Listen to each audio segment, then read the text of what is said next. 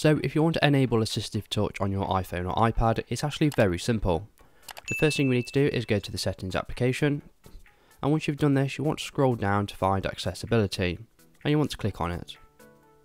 Once we've done this, you want to click on Touch, which is near the bottom, and then you want to click on Assistive Touch at the top.